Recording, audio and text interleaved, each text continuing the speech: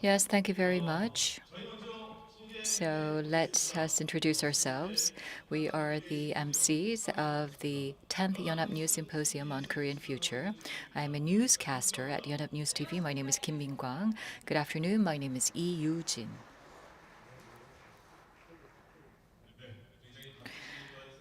We know how busy all of the distinguished guests are, so we would like to take this opportunity to sincerely thank all the distinguished guests participating despite their busy schedules attending the 10th Yonhap News Symposium on Korean Future, hosted by the National News Agency, Yonhap News, the Ministry of Unification, and the Yonhap News Northeast Asia Center. Yonhap News operates a global network for news reports composed of about 60 people in 29 regions around the world, the largest among domestic media outlets, and is playing a leading role for a better future through fast and accurate reporting. The theme of this year's event is the status and challenges of Korea, U.S., Japan trilateral cooperation. We will look into the future and the way forward for strengthening such trilateral cooperation. Simultaneous interpretation is being provided in English and Korean, so please utilize the receivers if you need interpretation service. Let us now begin the Yonhap News Symposium on Korean Future. Ladies and gentlemen, please a big round of applause.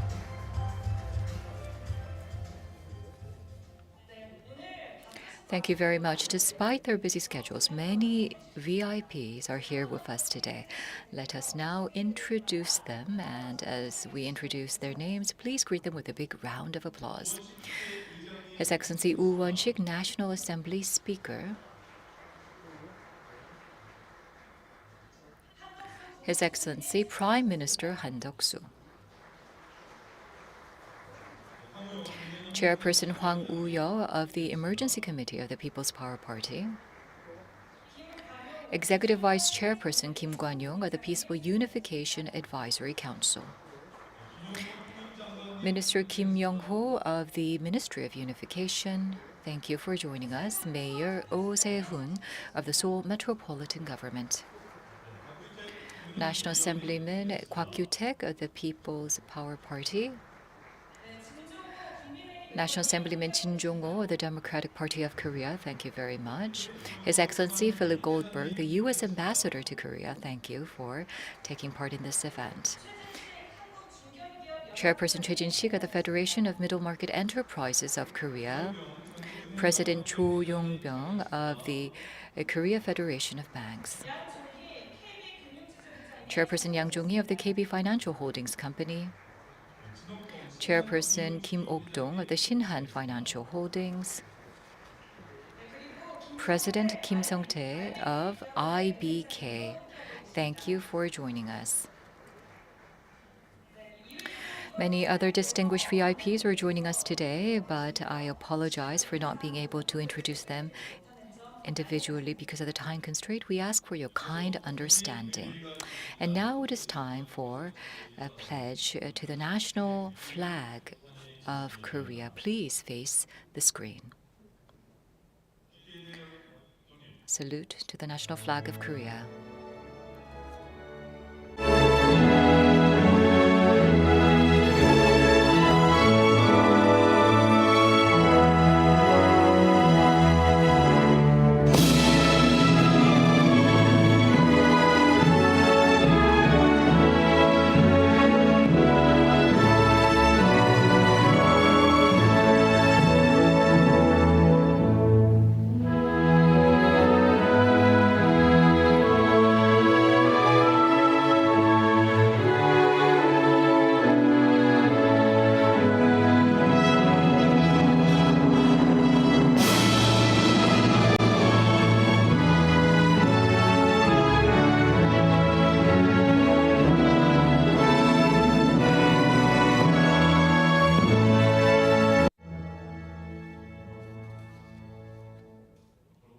As you are, please take your seats. Next, I would like to invite President Sung Ki-hong of Yonhap News for his opening remarks. Please greet him with a big round of applause.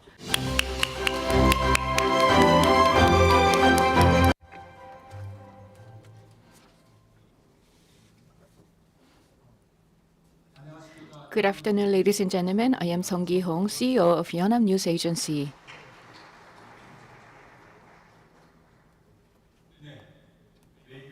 The Yonhap News Symposium on Korean Future has been the venue where foreign affairs and security experts have been looking at the international situations and conducting progressive discussions for peace and the future of the Korean Peninsula. And we're celebrating the 10th anniversary this year. I would like to express my gratitude to National Assembly Speaker Woo Won-sik, Prime Minister Han Dok-soo, Chair of Hang Woo-yeol of the People Power Party, and many other distinguished guests. I would also like to thank Unification Minister Kim Yong-ho for co-hosting the symposium, National Defense Minister Shin Won-sik, and Foreign Affairs Minister Cho Tae-yeol for their special speech and the keynote speech. I would also like to thank Mayor Oh Se-won of the Seoul Metropolitan Government, Vice Chair Kim Kwan-yong, His Excellency Ambassador Goldberg of the U.S. to Korea, as well as His Excellency Japanese Ambassador Mitsushita Goichi to Korea for their contribution. The theme of this year's symposium is the status and challenges of the Korea-U.S.-Japan Trilateral cooperation. As you may know, President Putin visited Pyongyang on June 19th and signed the treaty on a comprehensive strategic partnership together with Chairman Kim Jong-un. The treaty stipulates that if either North Korea or Russia gets invaded by force and placed in a state of war, military assistance would be provided to the other party without any delay. So there's an interpretation that automatic military intervention between North Korea and Russia has been effectively restored. Earlier, President Putin and President Xi Jinping said in a joint statement after a summit in Beijing last month that they would strengthen economic and military cooperation. North Korea, China, and Russia are becoming closer to one another, and there is a lot of uncertainty and rising tensions on the Korean Peninsula. And there will be a presidential election in November in the U.S., and everyone is looking to who will win in this election. There's intensifying tensions on the Korean Peninsula, and around the world, there are two main blocs being formed right now, and in this regard, our strategic responses will be more than important. Korea has been growing its economy based on free economy and liberal democracy. Therefore, changes in the economic and political landscape around the world will have a huge impact on our country. Therefore, the government as well as the private sector need to join forces to find ways to chart our way forward. At the symposium, we have distinguished experts on security and foreign affairs, and I believe that this will be an opportunity for us to share our wisdom and insights so that we can have a clearer view of the ever-changing international situation. As a national news agency, Yonhap News Agency will accompany the three countries on their journey to overcome the complex crisis. Thank you.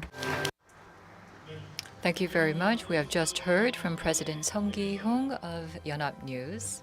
We have officially commenced the 10th Yonhap News Symposium on Korean Future with his opening remarks. And next, there is a congratulatory message by President Yoon Suk-yeol. Please face the screen, and we will read the message on behalf of the President.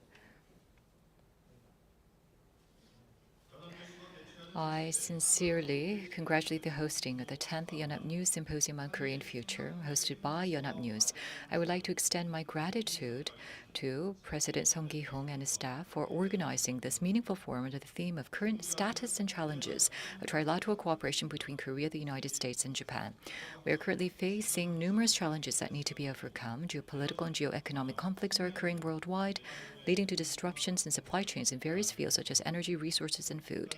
North Korea continues to threaten our security by developing nuclear weapons and missiles. The government is doing its utmost to overcome these crises and challenges. Shortly after its inauguration, the current administration fully restored the ROK-US alliance and expanded it into a stronger and more robust global comprehensive strategic alliance. It also normalized the long-neglected ROK-Japan relations, resuming the South Korean-Japan shuttle diplomacy after 12 years. Based on this foundation, the three countries of the Republic of Korea, the United States, and Japan opened a new horizon of trilateral cooperation Administration to enhance cooperation in security and the economy at Camp David in the U.S. last August. The government and I will build a Republic of Korea, freedom and prosperity, upon the foundation of solid security. We will strengthen the institutional foundations and cooperation of the Trilateral framework and firmly unite with countries that share our values to wisely overcome North Korea's provocations in the global complex crises. Through diplomacy as a global pivotal state, we will play a responsible role for peace and prosperity in the region and the world. I look forward to today's symposium serving as a venue for sharing valuable suggestions for the further advancement of our trilateral cooperation between Korea, the U.S., and Japan. Thank you very much. June 28th, 2024, President of the Republic of Korea, Yoon Suk-yeol. Yes, thank you very much. Despite his busy schedule attending to the national affairs, President Yoon Suk-yeol has sent a congratulatory message to the Yonhap News Symposium on Korean Future. Once again, a big hand for the President. And next, I would like to invite Speaker Woo Won-sik of the National Assembly of Korea. Please greet him with a big round of applause.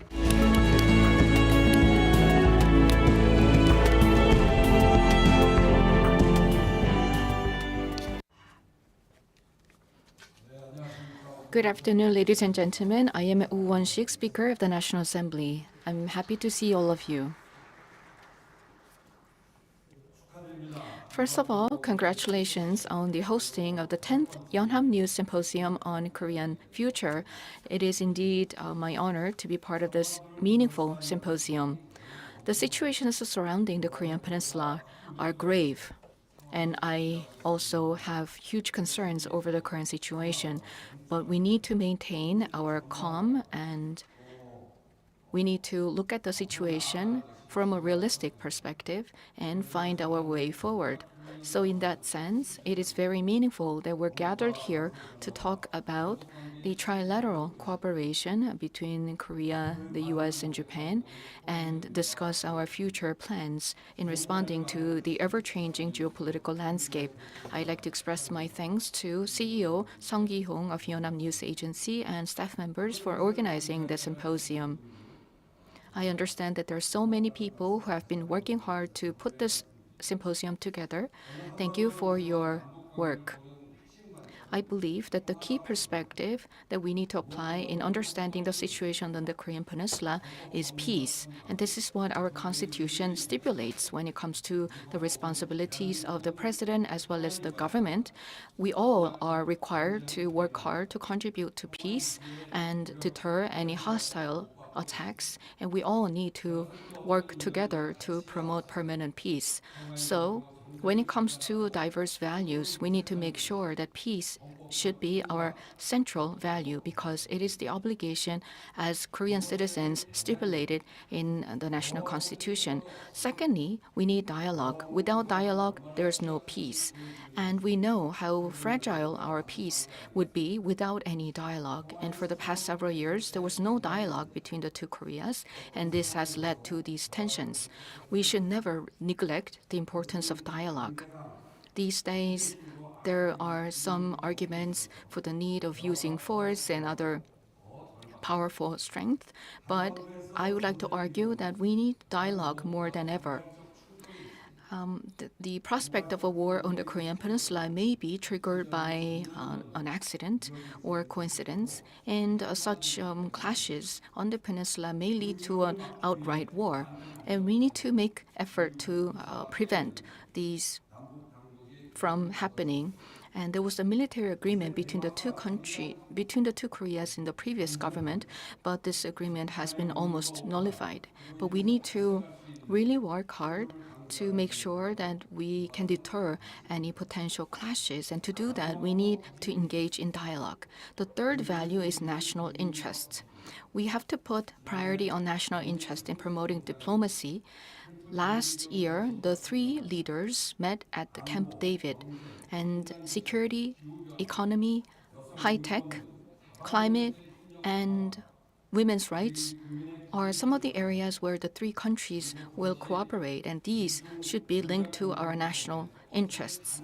And we also need to understand how we should cooperate with these other countries in these areas, and the government should explain to the public what they're doing. Currently, The joint trilateral exercise is underway, but this may have some issues with respect to our relations with China.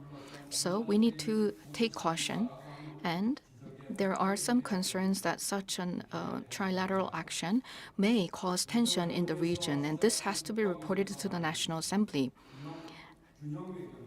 We need to maintain balance in our diplomacy, and this is our way to maintain survival and the balanced diplomacy that all the previous administrations had maintained should never be broken. We need to pursue diplomacy in a way to expand our territories in terms of economy and security, and they will serve national interests. And national interests are also about the safety and survival of the Korean citizens. And the government has to work with other countries and pursue their national agenda in the interest of people. And the National Assembly should serve as a watchdog to make sure that the government is doing that.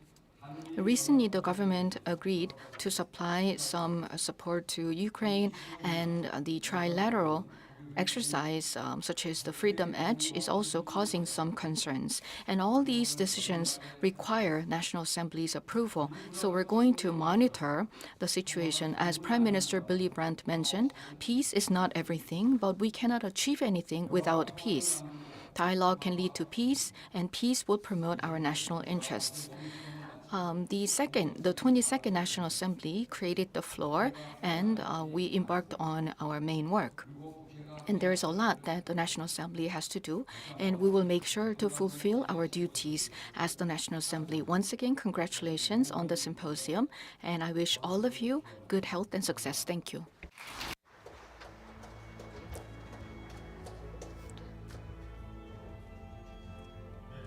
Yes, thank you very much. His Excellency Woo Won-sik, Speaker of the National Assembly, just delivered his congratulatory remarks. When we were introducing the VIPs, we left out one distinguished guest, and he is Representative Hong Ki-won of the Democratic Party of Korea, who's also a speaker for the first session today. Thank you. Let us carry on with the congratulatory remarks. I would now like to invite His Excellency Prime Minister Han Duck-soo. Please greet him up on stage with a big round of applause.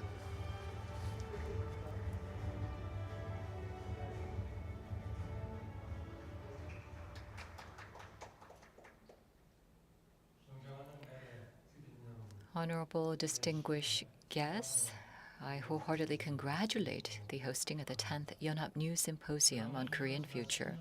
For the past 10 years, Yonhap News has reported on the global affairs and also carried out a discourse for the prosperity of Korea. This year, it hosts the symposium on the topic of status and challenges of Korean-U.S.-Japan trilateral cooperation. I thank President Sung Gi-hong and his staff for organizing this event. The international situation is unstable due to ongoing conflicts and confrontations around the globe amidst the prolonged Russia-Ukraine war. Also, there is the confrontation between the U.S. and China and the situation in the Taiwan Straits. So there is heightened tension in the world that seems to point towards perhaps a new Cold War era as some are concerned. And Russia is showing closer ties with Russia. There was a summit between Russia and North Korea, and they agreed on a pact to assist one another in terms of military attacks and war.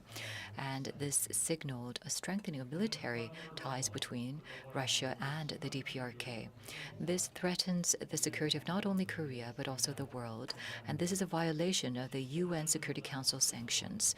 Also, the global community are denouncing such moves by the two countries. At such a time, we are hosting the symposium to look back at the situation and challenges of Korea, U.S., Japan. and trilateral cooperation. I would like to thank all of the speakers and panelists participating in this event, and I pay my respect to you. Ladies and gentlemen, the government will thoroughly analyze the ripple effects of the Russian DPRK summit, and we are taking appropriate measures through the Ministry of Foreign Affairs. And also, the government will review the support to Ukraine upon a proportional basis. So, also based on a strong alliance between the U.S. and Korea, we'll continue to strengthen our cooperation with our partner and ally countries. Through the Camp David Declaration, the Korea, U.S., and Japan trilateral cooperation has been strengthened in the fields of economy and diplomacy, security, and new technology. We have been increasing our cooperation. Also, when it comes to the threat of North Korea, we have been strengthening our security posture together. Also, at this moment, Freedom Edge training is being carried out by the three countries, from the sea to the air and also cyber and land. In all areas, we will be ensuring tight security cooperation through such efforts to enhance our deterrence against North Korea. And also, Korea and the U.S. and Japan will continue to make efforts to institutionalize our trilateral cooperation. And also, the three countries, Korea, U.S., and Japan's cooperation is very important, as it was seen, and also the cooperation between Korea, Japan, and China through a meeting was once again reviewed and emphasized. And also there was a foreign minister meeting between Korea, Japan, and China. We will continue to cooperate for the mutual prosperity of our countries. Ladies and gentlemen, the Korean War, the greatest crisis of the Korean people, has marked its 74th anniversary, and North Korea continues to violate international laws and continue on provocation. Last month as well, and 2 days ago, it has been a violation of the UN resolution. It has launched ballistic missiles, which is a violation. And also it continues to launch balloons filled with rubbish and also engage in GPS jamming. It continues to threaten the security of Korea. We can maintain peace only with overwhelming power and strength. And so we will continue to make efforts to restore peace. We will suspend all efforts under September 19th declaration, and we have engaged in military training, and we will continue to engage in solidarity with the global community to ensure that we protect the peace of the Korean Peninsula and the world. I do hope that this symposium, which reviews the status and challenges of Korea, U.S., Japan trilateral cooperation, proves to be a productive and fruitful event. Thank you very much. Yes, thank you very much, Prime Minister Han Duck-soo, for your insightful words. And next, I would like to invite Minister Kim Yong-ho, the Minister of Unification, a co-host of this event. Please greet Minister Kim Yong-ho up on stage with a big round of applause.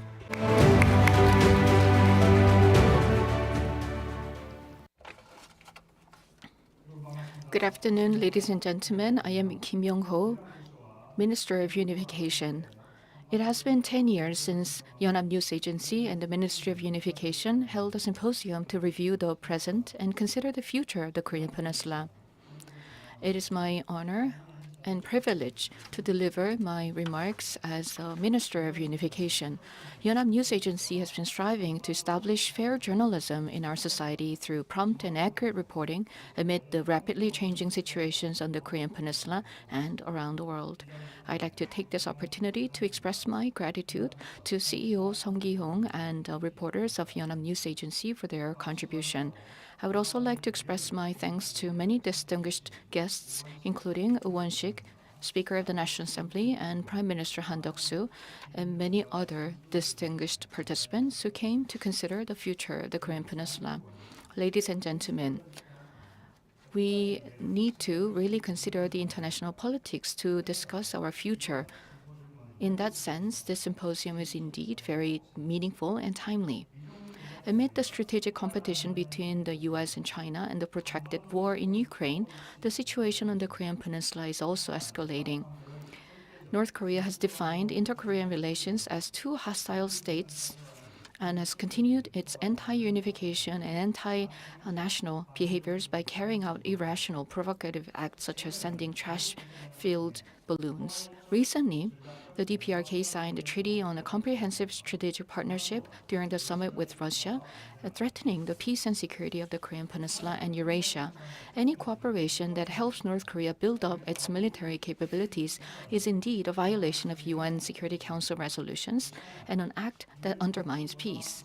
And Russia must fulfill its responsibility and role as a permanent member of the UN Security Council. In the face of these threats, the government will strengthen the ROK-US-Japan security cooperation based on a strong ROK-US alliance and resolutely respond together with the international community. In his speech commemorating the 74th anniversary of the Korean War, President Yoon Suk-yeol emphasized that peace is not just about words, but also strong strength and ironclad security posture are the way to achieve true peace.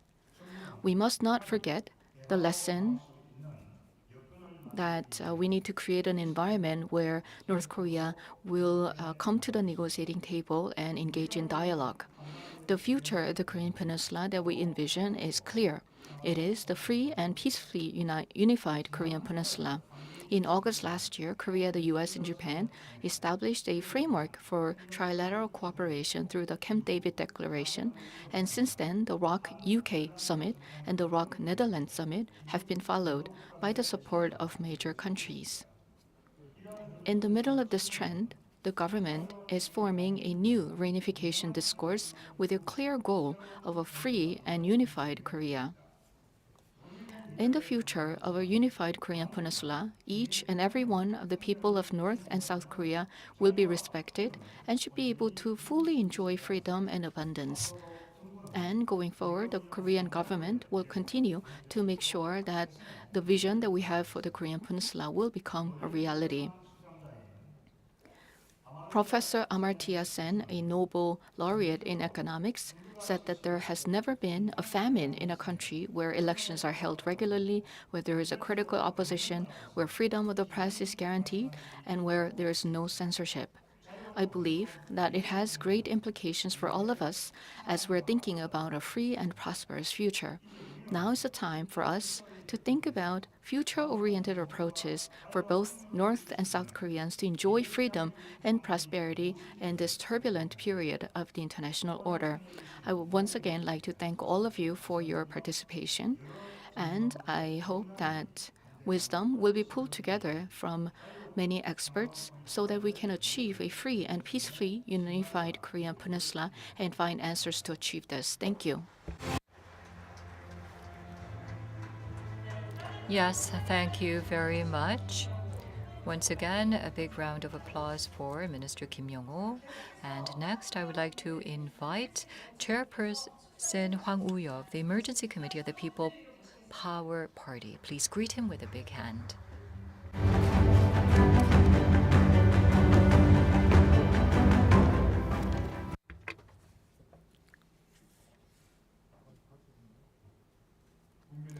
Good afternoon, everyone. I am Hwang Woo-yeol, Chairman of the Emergency Committee at the People Power Party.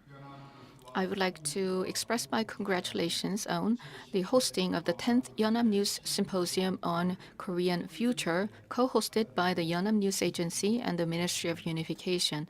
It is indeed a meaningful occasion. I'd like to express my gratitude to CEO Song Ki-hong of the Yonhap News Agency and Minister Kim Yong-ho of the Ministry of Unification for organizing this significant and meaningful event. I would also like to express my sincere thanks to the speakers, the presenters, and the panel members. This year marks the 74th anniversary of the Korean War, but still, North Korea continues to make nuclear and missile provocations. And in recently, there was constant provocations, including sending filthy balloons and GPS jamming.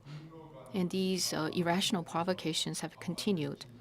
And the close ties between North Korea and Russia are also resulting in more tensions on the Korean Peninsula. In the context of ongoing security and stability on the Korean Peninsula, the importance of the triangular alliance with the US and Japan needs no further explanation, and I'm sure you all understand the importance of this.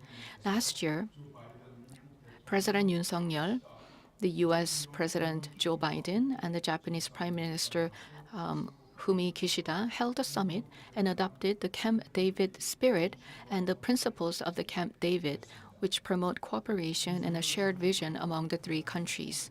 Under the Yoon Suk-yeol administration, relations with Japan, which had been somewhat estranged, have been restored, and a solid cooperative relationship between the three countries has been established. And this triangular cooperation is based on the common values of freedom and democracy. So this will serve as the highway for spreading such values. It was an important venue, but it was not well effective in the past. But now, finally, it's been restored. Currently, North Korean provocations against South Korea are intensifying, and concerns of the international community are rising due to North Korea's close proximity to Russia. So I believe today's theme is indeed very timely, and I hope that the experts from home and abroad will share their valuable thoughts on how we can establish true peace and liberal democracy on the Korean Peninsula. Once again, congratulations on the hosting of the symposium, and I wish all of you good health and happiness. Thank you. Yes, we have just heard from Chairperson Hwang Woo-yeol of the Emergency Committee of the People Power Party. And next, I would like to invite Executive Vice Chair Kim Kwan-young of the Peaceful Unification Advisory Council. Please greet him with a big round of applause.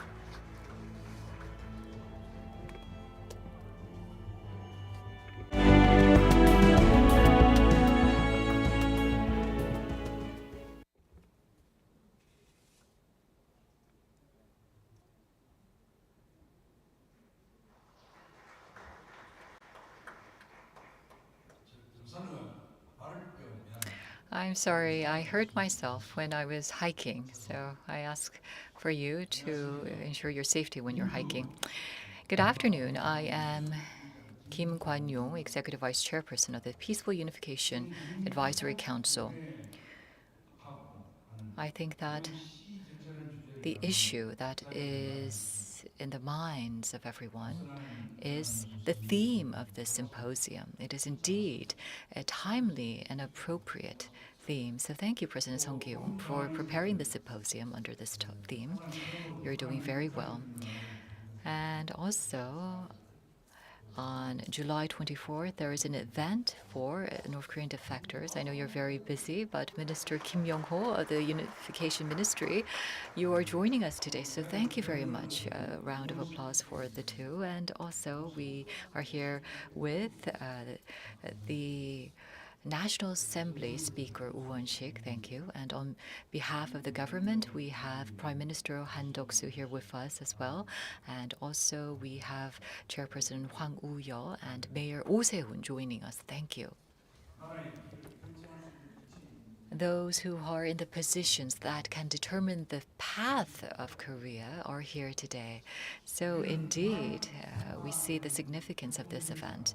We're living in tumultuous times where instability has become the norm. We are living at a time when cooperation between Korea, the US, and Japan has become more crucial than ever. President Yoon Suk-yeol, who serves as the chairperson of the Peaceful Unification Advisory Council, has made significant achievements by strengthening substantial cooperation among the three countries and established a new security belt leading South Korea towards becoming a global pivotal state. These are indeed remarkable accomplishments worthy of a round of applause, yes? I am part of the Peaceful Unification Advisory Advisory Council, the PUAC, and our headquarters are located about 5 minutes from here for your reference. If you have an opportunity, please come visit us.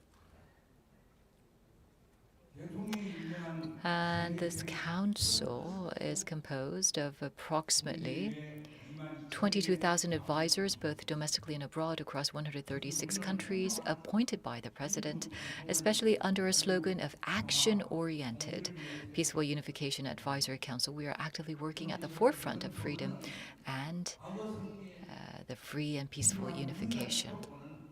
The British philosopher Edmund Burke once said, "The only thing necessary for the triumph of evil is for good men to do nothing. Unification will never come if we remain silent and inactive." I have spent a quarter of a century on the front lines. During challenging times, adhering to basics and principles was always the right choice. Our constitution, which specifies unification based on liberal democracy, is our foundation and principle. I expect that today's symposium will serve as a significant opportunity for us to gather wisdom for not only advancing the cooperation between South Korea, the US, and Japan, but also for resolving future challenges. I believe that all of you here will determine the fate and the future of Korea. Thank you for your efforts. Yes, we have just heard from Executive Vice Chair Kim Kwan-young of the Peaceful Unification Advisory Council. Thank you very much. Yes, please watch your steps. And next, I would like to invite Mayor Oh Se-hoon of the Seoul Metropolitan Government. Please greet him up on stage with a big round of applause.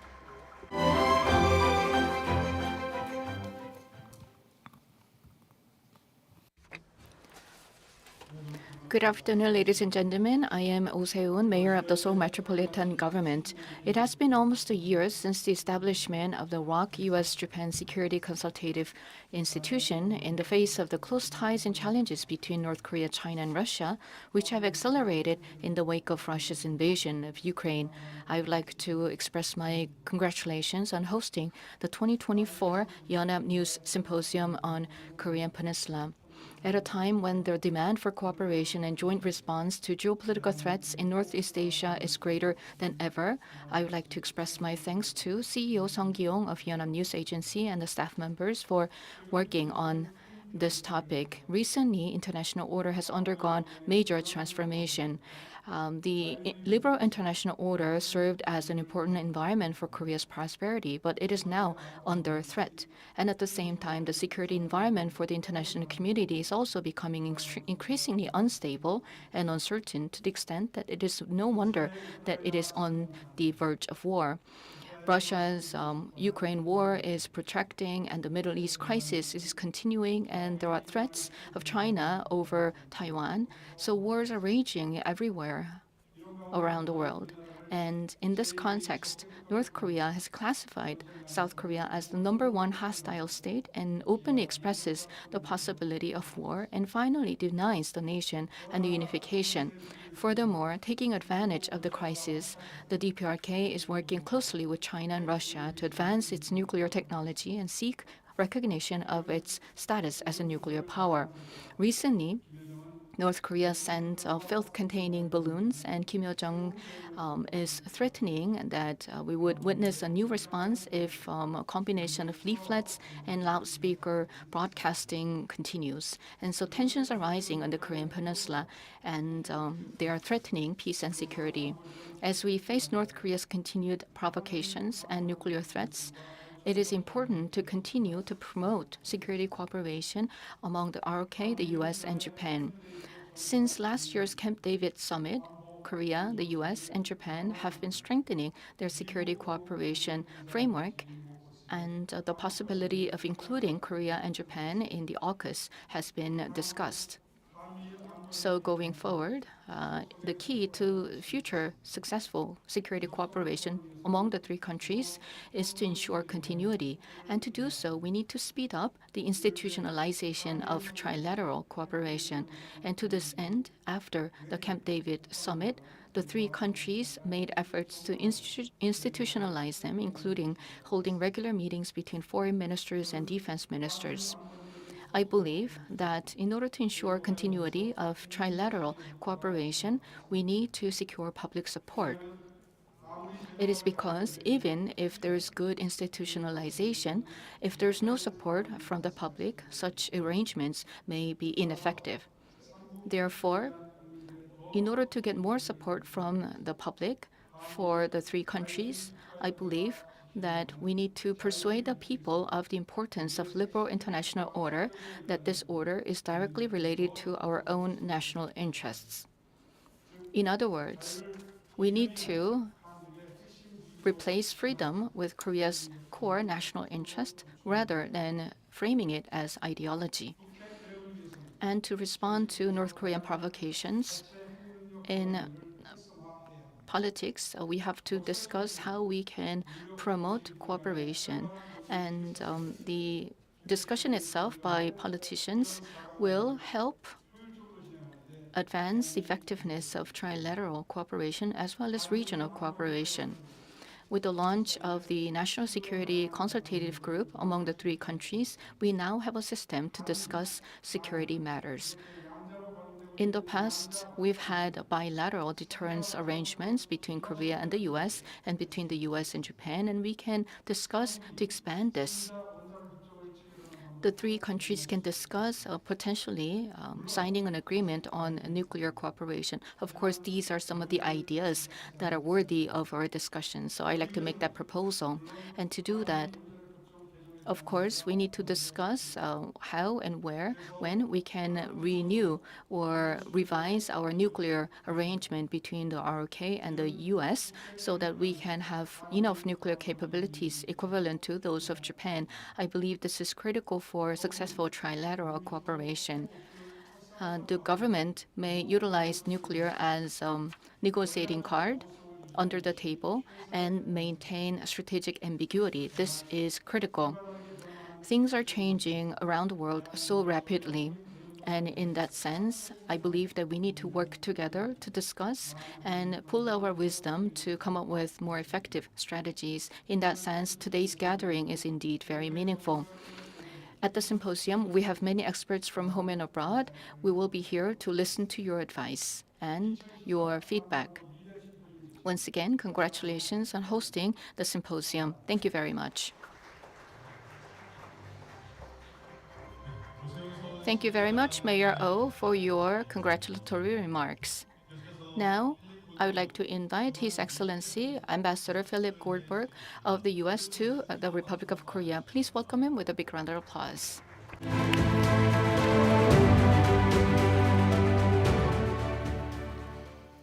안녕하세요. Good afternoon. I'd like to start by thanking Minister of Unification Kim Young-ho and Yonhap News President Song Ki-young for organizing this important gathering. I'd also like to congratulate the entire Yonhap News team on the 10th anniversary of this prestigious symposium. I'd like to also welcome the presence of Prime Minister Han, Speaker Woo, Mayor Oh, and so many other distinguished guests. Later this afternoon, Minister Cho will talk about Korea's choice in the middle of complex global and regional crises. In my view, Korea has already shown that it chooses to stand with the democratic world. From Korea's seat on the United Nations Security Council this year and strong humanitarian support for global crises from Ukraine to Gaza, to the historic Trilateral Leaders Summit at Camp David last year, Korea has made the choice to act as a responsible, generous, and principled leader on the global stage. Whenever I speak about the trilateral process, I begin by recognizing the courageous political and statesman-like decision made by President Yoon to improve relations with Japan. That decision was then reciprocated by Prime Minister Kishida. At Camp David, Presidents Biden and Yoon and Prime Minister Kishida showed the wisdom of a process that will bring tangible benefits to our countries. The trilateral demonstrates that global and regional challenges are not just concerns of any country alone. As we saw recently with Putin's visit to Pyongyang, growing military cooperation between Russia and the DPRK is of great concern to the trilateral countries, which are committed to peace and stability on the Korean Peninsula and in the region, upholding the global non-proliferation regime, abiding by UN security resolutions, and of course, supporting the people of Ukraine as they defend their freedom against Russia's brutal invasion. The Yoon administration's dedication to building our alliance and demonstrating deterrence is more important than ever, given the agreements between Russia and the DPRK last week. How cynical that these two isolated countries, isolated because they flout international rules and norms, announced an agreement to protect each other in the face of aggression, when in fact Russia is the greatest aggressor these days, using that brutal force to attack its sovereign neighbor and trying to unilaterally redefine borders. Meanwhile, North Korea, the aggressor in 1950, continues to threaten and provoke the world with its unlawful nuclear weapons program and to send balloons filled with trash to its neighboring country. More than ever, our alliance is crucial to peace and stability, and trilateral cooperation with Japan is fundamental to assure our shared security. There are other reasons, too, that trilateral cooperation makes sense. Economic and technological competition is driving trilateral cooperation on economic security to secure supply chains. There are both opportunities and appetite for enhancing trilateral cooperation across a range of critical technology areas: quantum, biotechnology, semiconductors, and cybersecurity, and to harness our economic potential together. Just the day before yesterday, our three trade ministers met in Washington, D.C. to strengthen three-way cooperation on supply chains and economic security.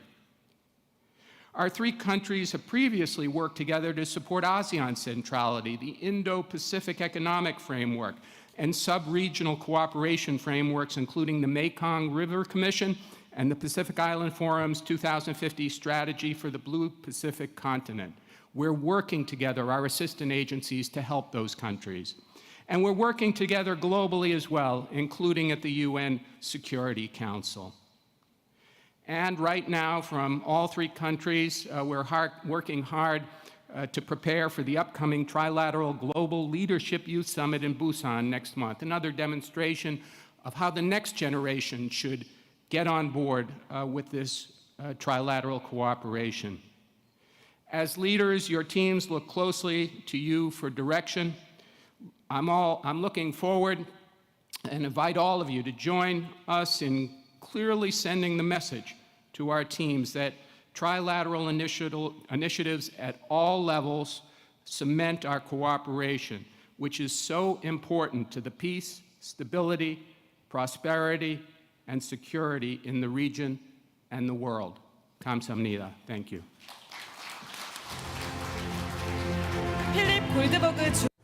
Thank you very much. Your words from the U.S. Ambassador to Korea. Next, I would like to invite His Excellency Mitsushima Goichi, Ambassador of Japan to the Republic of Korea. Please welcome him with a big round of applause.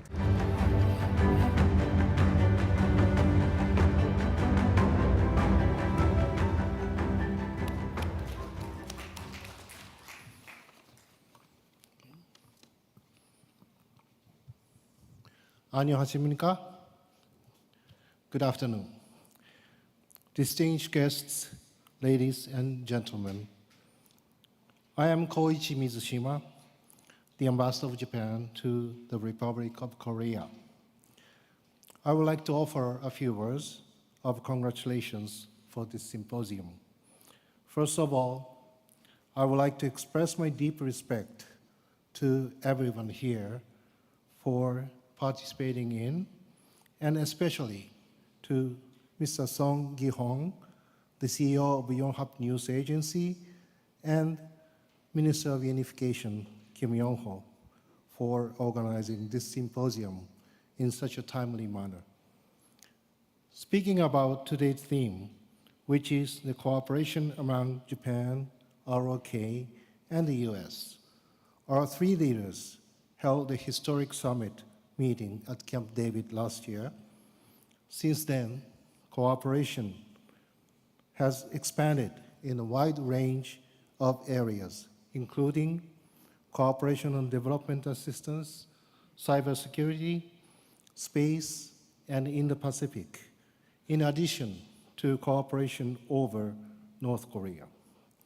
Furthermore, exchanges among the younger generations who will become the future leaders are also important. As my colleague Philip mentions, in that regard, I look forward to attending the first Japan, US, Korea Trilateral Global Leadership Youth Summit to be held in Busan from July 11 to 13. The international community is currently facing a very difficult security environment due to such issues as ongoing Russian invasion to Ukraine, conflict in Gaza, and repeated provocations by North Korea. In particular, we are closely monitoring the relationship between Russia and North Korea with serious concern, including the outcome of last week's summit meetings between the two leaders. We will continue to closely cooperate with the international community, including the US and ROK, to ensure the full implementation of the relevant Security Council resolutions. In particular, it is important to take advantage of the opportunity that the three countries are simultaneously serving as members of Security Council of the United Nations this year to further strengthen cooperation in international society. We are committed to strengthening trilateral cooperation. In closing, I would like to express my hope that today's symposium will be filled with lively discussions and that it will foster many opinions that will contribute to the development of cooperation among Japan, US, and the Republic of Korea. 감사합니다. Thank you very much. Thank you very much. We have just heard from Ambassador Mizushima Goichi, Ambassador of Japan to the Republic of Korea. So this concludes the opening ceremony of the 10th Symposium on Korean Future. And next, there will be the special speeches by Minister Shin Won-sik of National Defense, Commander Neil Koprovsky, Commander of U.S. Naval Forces Korea, Senior Director Mira Rapp Hooper of the NSC of the U.S., and also a keynote speech by Minister Cho Tae-yeol of Foreign Affairs in Session 1 and 2. So, also, I would like to mention that coffee is prepared outside in the foyer. So when you need that dose of caffeine, please don't forget that we have prepared coffee outside. Because of the time constraint, we will not take a coffee break. If you do need a break, please, you can go outside in the foyer and enjoy a cup of coffee, but there will be no official break. Also, the distinguished guests in the back side of the venue, please, there are many empty seats in the front, so please follow our staff to be seated in the front. We have many seats in the front, so our staff will lead you up to the front. Please be sure to enjoy this event in the front rows that we have prepared. Thank you. 예, 잠시 커피 한잔 하시고 바로 So please enjoy the coffee prepared outside, and we will soon begin the next session. So we will soon reconvene. As we mentioned, there are no official coffee breaks, so as soon as we rearrange the stage and we are prepared, we will begin the next part of today's symposium.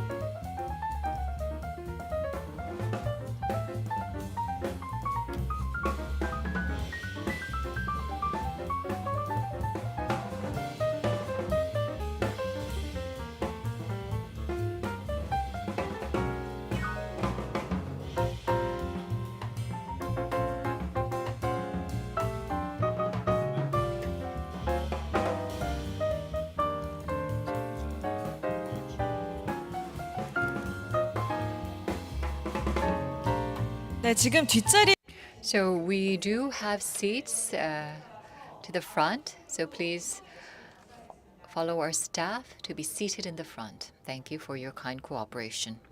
네, 지금 차 Yes, and once again, ladies and gentlemen, we have seats in the front, so please come forward to the front rows. And I do believe that that will help you have a better opportunity to actively participate and engage in the symposium. So please come to the front of the venue. We have some seats in the front. Thank you.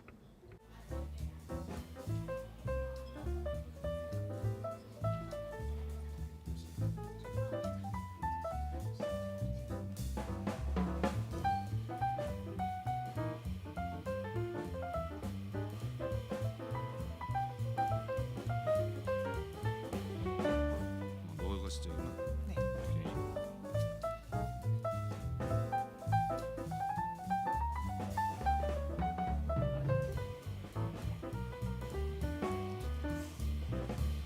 네, 곧 Ladies and gentlemen, we will soon begin the special speeches, the keynote speech, and session 1 and 2 of our symposium. I would like to ask everyone to please come inside. And also we have available seating up in the front, so please kindly find your way up to the front so that you can have a better view of the speakers and enjoy the symposium better. Thank you very much. 네, 뒤에 계신 분들 앞 Ladies and gentlemen, we have seats in the front, so please find your way up to the front of the venue. We will soon reconvene our symposium with the special speeches, the keynote speech, and the sessions. So as we rearrange the seating and also the stage, and when we are ready, we will begin immediately. So all of those who have not yet taken your seats, we ask you to kindly take your seats. We will begin shortly. Please kindly take your seats. And also, we have Minister Shin Won-sik already seated here, so everyone kindly take your seats. Yes, so now let us reconvene the 10th Yonhap News Symposium on Korean Future. We will begin with the special speeches. We will first begin with Minister Shin Won-sik of National Defense, followed by Commander Neil Kaprowski of the U.S. Naval Forces Korea. Then there will be a video message by Senior Director Mira Rapp-Hooper for East Asian Oceania at the White House National Security Council. So I would like to invite the moderator for the special speeches, who is Kim Yoon-hee, former Executive Director of Asia Society Korea Center. Please greet her up on the stage with a big round of applause. 네, 김윤희 전 아시아 소사이어티 The former Executive Director of Asia Society Korea Center has worked with the Asia Society Korea for the past 16 years, beginning with when it was launched in 2008, focusing on private diplomacy, and has worked with experts in various fields on the topics of international relations and the future of the Korean Peninsula, including politics, economy, security, and society and culture. Now, I would like to hand over the microphone to Executive Director Kim Yoon-hee of the Asia Society Korea Center. 여러분 안녕하십니까? Good afternoon, ladies and gentlemen. I am Kim Yoon-hee, a former executive director. I'm Kim, and it is with great honor and privilege that I come before you today to introduce a very special group of distinguished speakers. Today's event is perhaps as significant as any we have held recently, as conflicts are continuing to take place all around the world. Yet, we find hope in the trilateral relationship between South Korea, Japan, and the United States. Earlier this month, the defense chiefs of the three countries met in Singapore and announced Freedom Edge, a program aimed at sharpening the countries' combined response in various areas of operation, including air, sea, and cyberspace.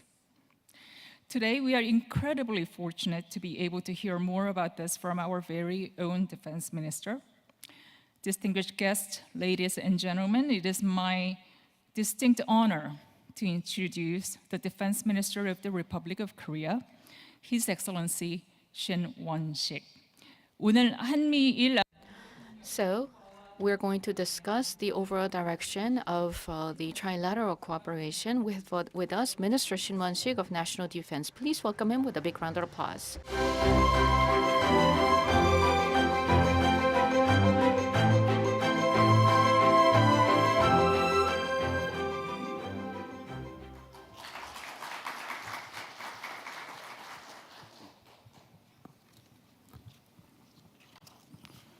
예, 여러분 Good afternoon, everyone. This is Shin Won-sik, Minister of National Defense of the Republic of Korea. I would like to extend my congratulations on the hosting of the Symposium on Korean Future celebrating its 10th anniversary. I express my deep gratitude to President Song Ki-hong of Yonhap News and Minister of Unification Kim Young-ho for organizing this forum for discussions on peace and security on the Korean Peninsula. I would also like to deeply thank National Assembly member, Minister of Foreign Affairs Cho Tae-yeol, former UN Ambassador Kim Suk. I can't really see her, but thank you so much for coming here. I would also like to thank Kim Yoon-hee, former head of the Asian Society Korean Center, who is serving as the moderator. And she mentioned about Freedom H and the history of Shangri-La dialogue. Thank you for your kind introduction. We have with us a commander of the U.S. Naval Forces of Korea, Rear Admiral Neil Koprowski, as well as many other distinguished participants. I would also like to thank my fellow comrade, reporter Kim Ho-jun. Where are you? Oh, he's over there.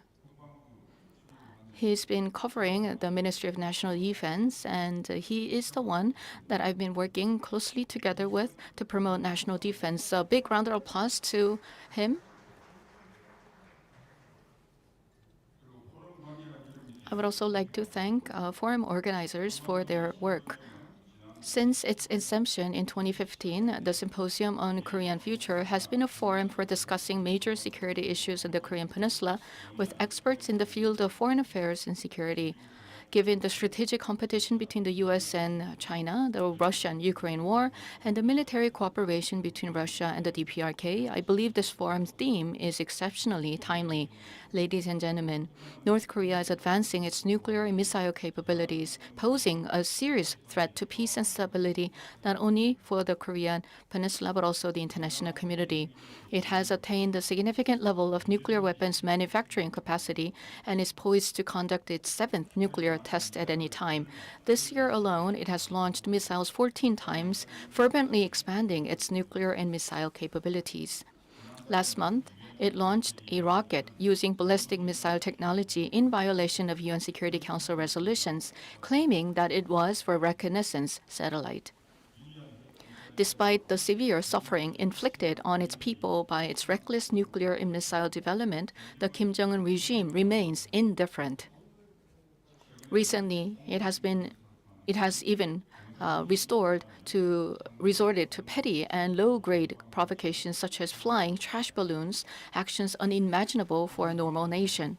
Amid such circumstances, North Korea and Russia recently signed a treaty on a comprehensive strategic partnership.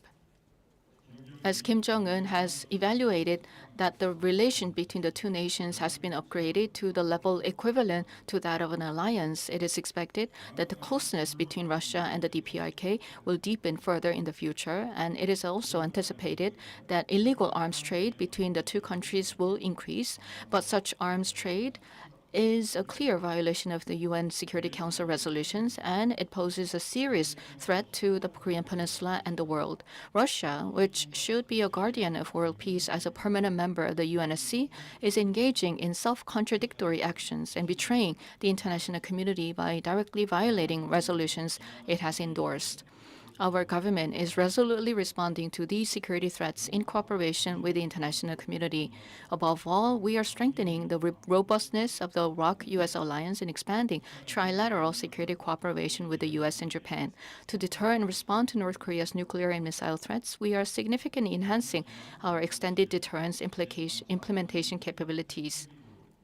On June 10th, during the third NCG meeting, ROK and the U.S. completed a review of the NCG guidelines aimed at enhancing alliance nuclear deterrence policies and posture. In the latter half of the year, we are planning to conduct intergovernmental scenario exercises and defense and military tabletop exercises reflecting North Korea's nuclear attack scenarios. Through these efforts, the ROK and the U.S. will continue to develop and finalize an integrated extended deterrence against North Korea by the two countries. In addition, the government is enhancing the trilateral security cooperation and to further enhance our capabilities to deter and respond to North Korea's threats. Our three countries, in accordance with the Camp David Agreement, are sharing real-time missile warning data regarding North Korea's missiles 24 hours a day. During this year's Shangri-La Dialogue, Secretary Austin, Minister Kihara, and I agreed to advance the trilateral security cooperation even further, and we plan to regularize senior-level consultations and enhance trilateral training and defense cooperation. At this very moment, the first-ever trilateral multi-domain exercise, Freedom Edge, is being conducted in the southern waters off of Jeju Island. Freedom Edge aims to enhance interoperability among our three countries and demonstrate our commitment to defending freedom in the Indo-Pacific region, including the Korean Peninsula. Through training like Freedom Edge, the three countries will act as sharp bladers and seawall, safeguarding the free world against attempts by coercive forces to change the status quo through force. Ladies and gentlemen, North Korea's nuclear and missile capabilities pose a serious threat to the security not only of the ROK, but also of the Indo-Pacific region and the entire world. The treaty between Russia and North Korea also constitutes a violation of UNSC resolutions, and represents an anarchic behavior. Our government will continue to strengthen the ROK-US alliance and trilateral cooperation with the US and Japan, as well as our defense readiness posture in order to deter and respond to these threats. I urge strong interest and support from everyone toward our effort aimed at achieving peace through strength. Yonhap News is Korea's leading news agency that faithfully delivers news swiftly and accurately with the widest coverage among domestic media outlets. I hope that today's symposium will contribute significantly to genuine peace on the Korean Peninsula. Once again, I'd like to thank everyone who has made this gathering possible, and I wish all of you good health and happiness. Thank you very much.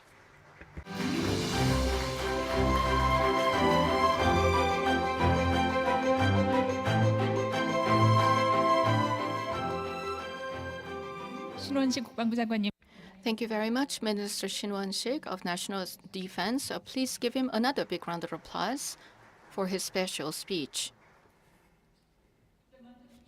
It's particular significance for those of us who want peace. It's a time when we remember war. And it's imperative that we acknowledge the bravery and courage of those who fought for our land, stood up when the borders were breached, and eventually paid the ultimate sacrifice to safeguard the freedom and democracy we enjoy today. The Korean War was brought to peace in 1953 with the signing of the armistice, but there have been countless incidents since then, including engagements on land, air, and sea, not to mention alleged incursions and terrorist incidents along the border. South Korea, Japan, and the United States have been holding joint military exercises recently, designed to counter missile strikes while also hunting for submarines that lurk in our seas. Today, we have the privilege of welcoming an individual who shoulders the weight of these responsibilities with pride and determination. Please join me in welcoming Rear Admiral Neil Kaprowski, Commander of the United States Naval Forces Korea and the Commander of the United States Navy Region Korea. 오늘 특별 강연. So we have another special speaker, a commander of the U.S. Naval Forces Korea, Mr. Koporowski.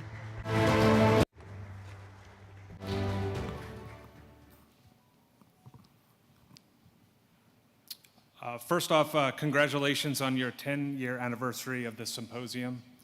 And sir, thank you so much for your time today, and as well as your time with President Yoon when you visited TR during her import visit prior to Freedom Edge. I am privileged to address the vital topic of trilateral cooperation among the United States, the Republic of Korea, and Japan. Our three nations are committed to further strengthening the mutual security cooperation that is instrumental in promoting peace and stability in Northeast Asia. Initiatives such as joint military exercises and intelligence sharing have bolstered our collective defense capabilities, while economic partnerships have driven significant advancements in technology and trade.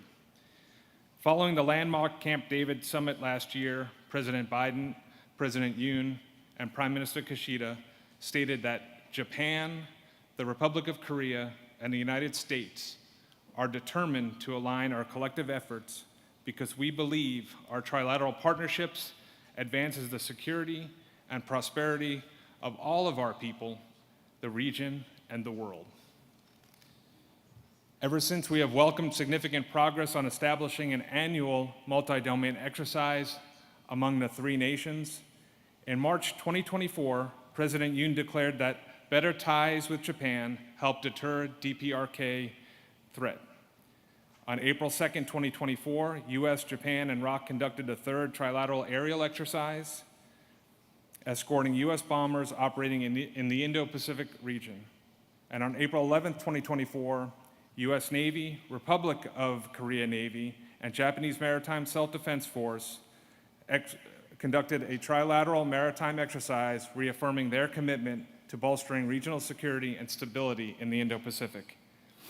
US, ROC, and Japanese naval leaders also participated in the Fleet Commanders Roundtable in Yokosuka, Japan, to discuss highly relevant topics of significant impact on the three nations, such as protecting critical sea lines of communications, protecting against cyber attacks, leveraging trilateral assets and ports in the Republic of Korea, Japan, to reduce replenishment times and to get ships back into the fight, establish reliable, resilient, and redundant naval supply systems, and continuously increase the complexities of naval exercises to stay on the cutting edge of warfighting.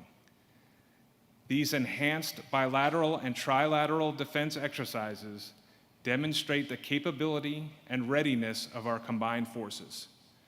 Through the improved information sharing and increased cooperation and coordination on ballistic missile defense, and in particular against the DPRK missile threat. Earlier this month, the Republic of Korea and Japanese ministers of defense addressed the 2018 MPRA incident and agreed on steps to prevent a reoccurrence.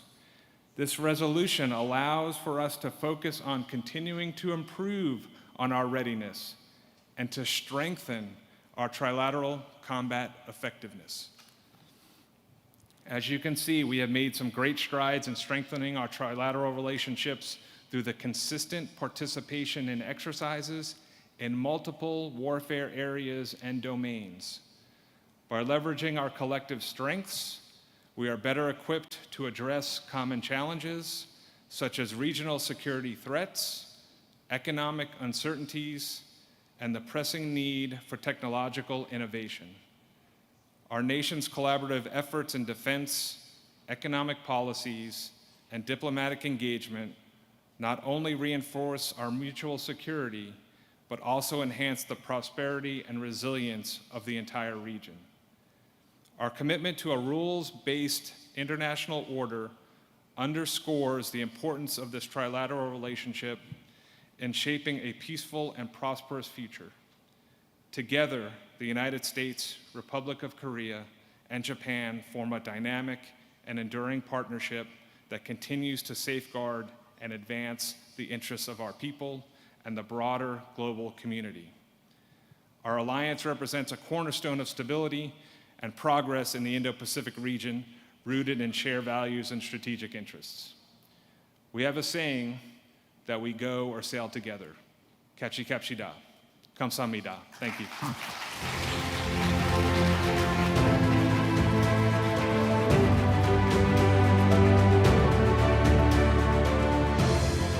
Thank you once again, Rear Admiral, for sharing your insights and expertise. 여러분 수고해주신 닐 코프로스키 주한 미국 Again, a big round of applause to Rear Admiral Koprowski for his speech. Thank you. It's no longer just the North Korean nuclear problem that has plagued our region for some time, but now is also an even more concerning issue as the leaders of both North Korea and Russia made it clear that they are positioning themselves in opposition to the United States and its allies. Needless to say, it is important to recognize that the Korea-US alliance plays a crucial role in upholding and fortifying the regional order. In that regard, we have a special message from Dr. Mira Raab-Hooper, Special Assistant to the President and Senior Director for East Asia and Oceania at the White House National Security Council in the Biden administration. 마지막으로 Last but not least, we have with us Mira Raab-Hooper, Senior Director for East Asia and Oceania of the National Security Council of the U.S. Here's the video for her. Greetings from Washington. I am grateful for the opportunity to speak to you all today, especially following the remarks that Deputy Secretary Kurt Campbell made to this symposium last year when he was serving as the Indo-Pacific Coordinator at the U.S. National Security Council. I look forward to speaking to you about our perspective in Washington concerning North Korea. Let me begin by making very clear that the Biden administration has maintained focus on the vital importance of a denuclearized Korean peninsula since day one. As part of our policy approach to North Korea, we have consistently sought renewed dialogue with no preconditions. We continue to view diplomacy and engagement as fundamental to establishing lasting peace and stability on the Korean peninsula. At the same time, we remain sharply focused on the threat posed by North Korea's dangerous and provocative actions. Indeed, we are now faced with a situation in which North Korea is forming an ever closer relationship with Russia. The resulting transfer of military equipment and technology is subverting security in Europe and the Indo-Pacific alike. Just last week, Kim Jong-un and Vladimir Putin signed a comprehensive strategic partnership treaty that commits both sides to provide military assistance if one is subjected to an armed invasion.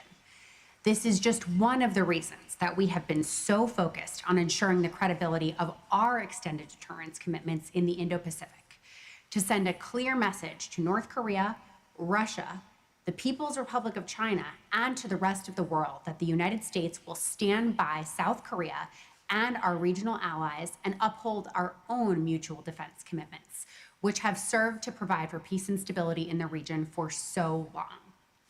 Those guarantees not only strengthen our already ironclad bilateral alliance with South Korea, but also establish a historic level of trilateral cooperation between the United States, South Korea, and Japan. Over the past 3.5 years, we have reached out to North Korea on numerous occasions and through multiple channels to offer talks, and we will continue to do so. We view direct dialogue as the best way to address our differences and to identify ways to make meaningful progress. Discussions are essential for reducing mistrust and building confidence in the interest of enhancing regional peace and security. While denuclearization remains our ultimate goal, there is much that we have to discuss with North Korea, from responding to public health emergencies to addressing the effects of climate change. In addition, dialogue is an essential step towards reducing risk of inadvertent escalation on the Korean Peninsula, especially at a time when North Korea is increasing activity in the border region.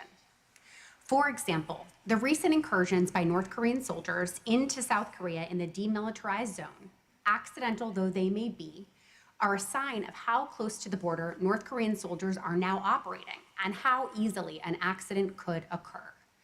Resilient communication channels would substantially enhance our ability to avoid misunderstandings or inadvertent escalation in the event of such a situation, and they're just as important in a crisis. The reality is the United States is willing and ready to engage on any of these issues, but that won't be possible if North Korea doesn't pick up the phone.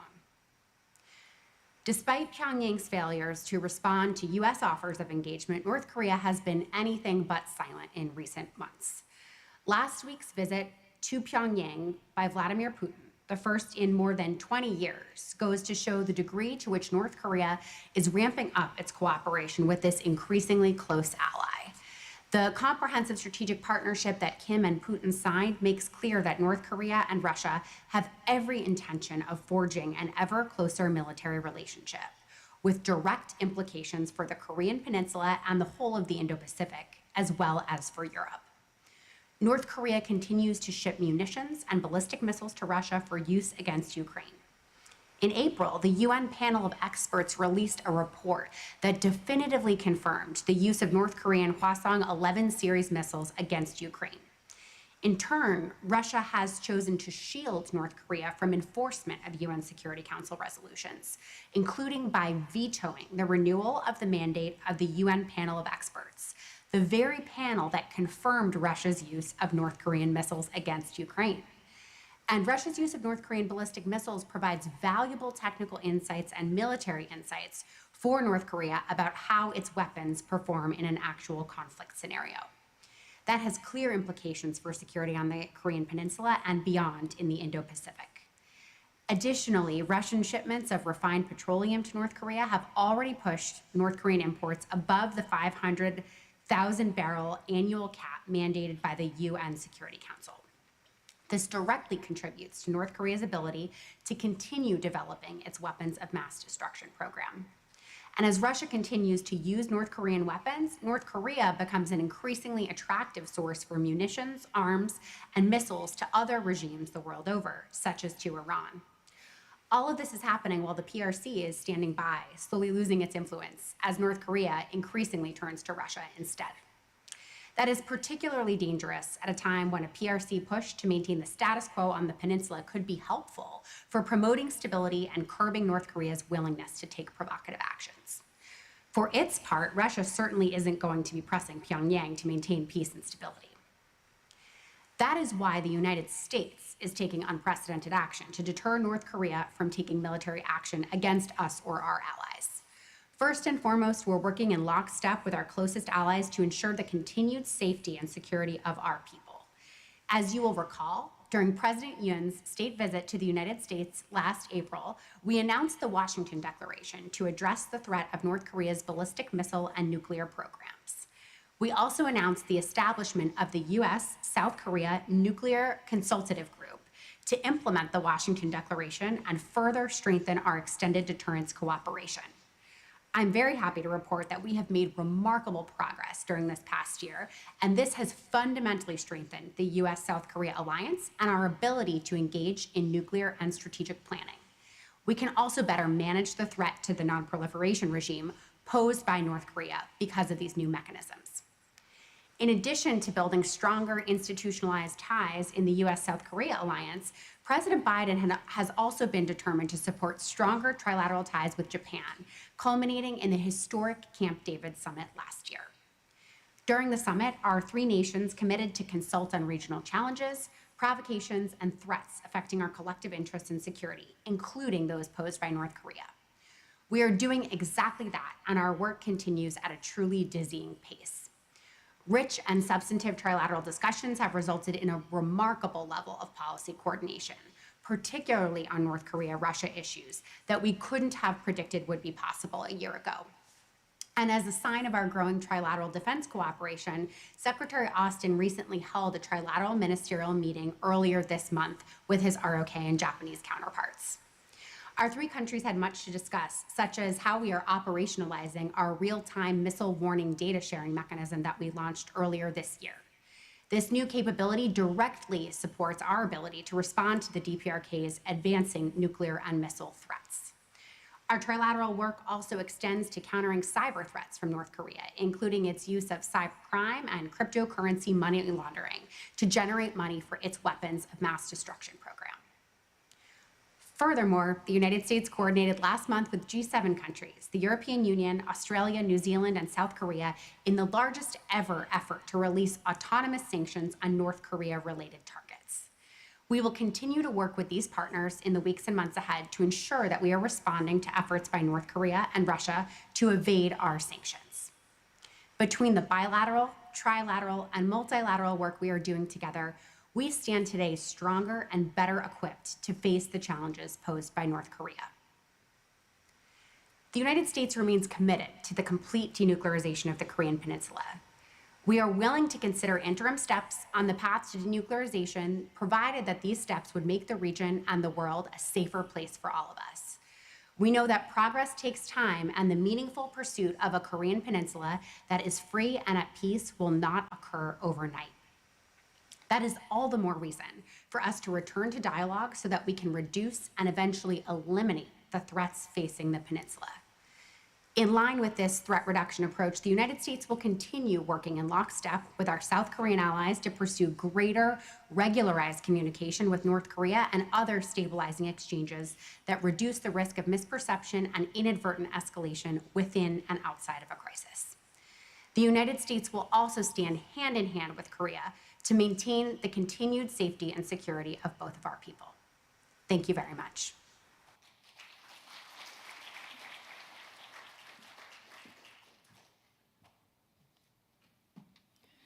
This completes our session. I would like to sincerely thank the speakers for sharing their expertise and insights. And I would also like to express my deepest appreciation to Yonhap for providing this special opportunity to bring us all together. 이것으로 특별 세션을 마무리하도록 하겠습니다. This concludes a special session. I would like to thank everyone for joining us, all of the speakers and also the distinguished guests. Thank you for your participation. And also, I would like to thank Yonhap News for hosting this valuable opportunity in the month of June, the month that pays tribute to our patriots. Thank you. 네, 좋은 강연을 해주신 특별 Thank you very much. I would like to thank all of the speakers who have delivered special speeches and also the moderator of this session, former Executive Director Kim Yoon-hee of the Asia Society.